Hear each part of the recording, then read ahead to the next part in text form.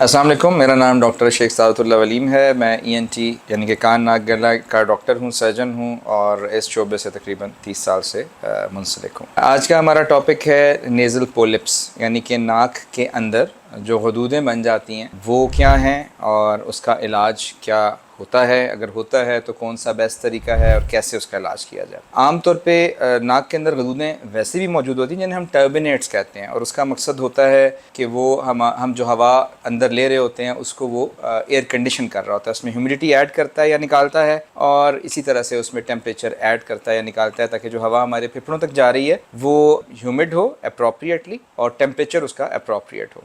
इसके अलावा अगर आपको एलर्जी है तो उस एलर्जी की वजह से नाक के अंदर कुछ एडिशनल गदूदें बननी शुरू हो जाती हैं, जिन्हें हम नेज़ल पोलिप्स कहते हैं। ये जो पोलिप्स हैं ये नाक को बंद करते हैं और कभी कभी इनमें फफूंदी लग जाती है जिसे हम फंगस कहते हैं। सो फंगल इन्फेक्शन होने के भी इसमें चांसेस होते हैं। कुछ एरियाज़ में जो ह्यूमिड एरियाज़ हैं वहाँ पे ये कॉमन होता है, लाइक जो हमारा जनूबी पंजाब वाला एरिया है वहाँ पे ये फंगल साइनसाइटिस बहुत कॉमन है। जो शुमाली पंजाब है उस तरफ थोड़ा सा कम है। सो ह्यूमिड एरियाज़ में जहाँ पे ज़्यादा ह्यूमिडिटी होती है, ज़्यादा हीट होती है, वहाँ पे थोड़ा ज़्यादा होता है। अब इसका इलाज क्या किया जाए?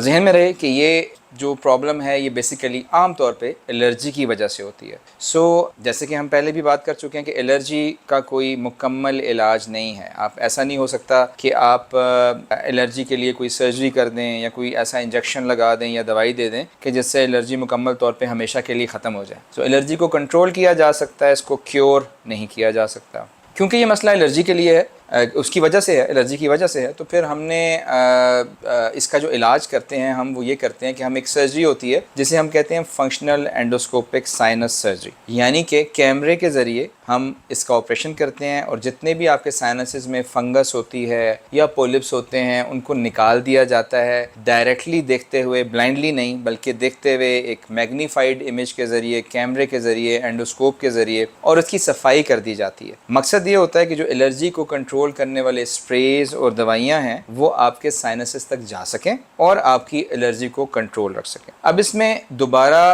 प्रॉब्लम होने के या दोबारा पोलिप्स होने के चांसेस भी होते हैं। उसकी दो वजूहात होती हैं। एक तो ये कि जो सर्जरी आपने कराई है वो शायद प्रॉपर नहीं हुई, पूरी तरह से उसको निकाला नहीं गया बीमारी को, या वहाँ पहुँच नहीं सके, या कुछ लिमिटेशंस थी जिसकी वजह से वो रह गई बीमारी अंदर और फिर दोबारा बढ़नी शुरू हो गई। और दूसरी ज़्यादा कॉमन जो वजह है वो है कि आपने अपनी एलर्जी को छोड़ दिया, और क्योंकि कॉज तो वही थी, आपने एलर्जी का इलाज नहीं किया, आपने समझा कि मेरी सर्जरी हो गई है तो अब मैं ठीक हो गया हूँ और अब मुझे कोई दवाई की ज़रूरत नहीं है। तो आपने ऐसा नहीं करना। आपने अपनी पोलिप्स की सर्जरी के बाद, और आपका हर अच्छा कंसल्टेंट आपको ये बताएगा कि इसके बाद आपने अपनी एलर्जी का इलाज करवाते रहना है, उसके लिए स्प्रेज और मेडिसिन लेते रहना है। जिन चीज़ों से आपको एहतियात का बताया गया है या आपको ख़ुद पता है कि मुझे इन चीज़ों से प्रॉब्लम होती है, आपने वो काम नहीं करने, आपने उनसे अवॉइडेंस करनी है। अगर आपकी एलर्जी अच्छी कंट्रोल में रहेगी एहतियात के ज़रिए और दवाइयों के ज़रिए, तो इंशाअल्लाह आपको दोबारा नेज़ल पॉलिप्स का मसला नहीं आएगा। अपना ख्याल रखिएगा। अल्लाह ताला आपका हामी और नासिर हो। अस्सलाम वालेकुम।